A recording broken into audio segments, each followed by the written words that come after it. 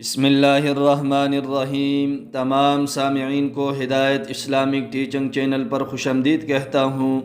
آج کی اس ویڈیو میں آپ کو بتاؤں گا کہ عورتوں کا جہاد کیا ہے۔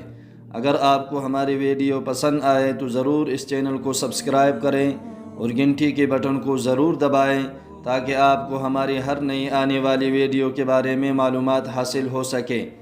عن عائشہ رضی اللہ تعالی عنہا، حضرت عائشہ رضی اللہ تعالی عنہ سے روایت ہے، قالت استأذنت النبی صلی اللہ علیہ وسلم فی الجہاد۔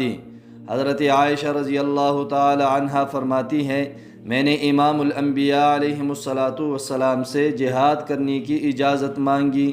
فقال، پس امام الانبیاء علیہ الصلاۃ نے ارشاد فرمایا، جہادکن الحج، تمہارا جہاد حج ہے، یعنی تم پر جہاد نہیں ہے، اور اگر استطاعت ہو تو حج کرو۔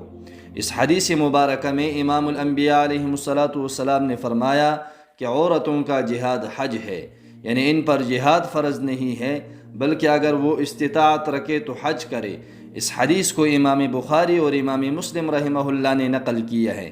بخاری جلد نمبر 2 صفحہ نمبر 566، حدیث نمبر 1080، اور مسلم جلد نمبر 2 صفحہ نمبر 975، حدیث نمبر 413۔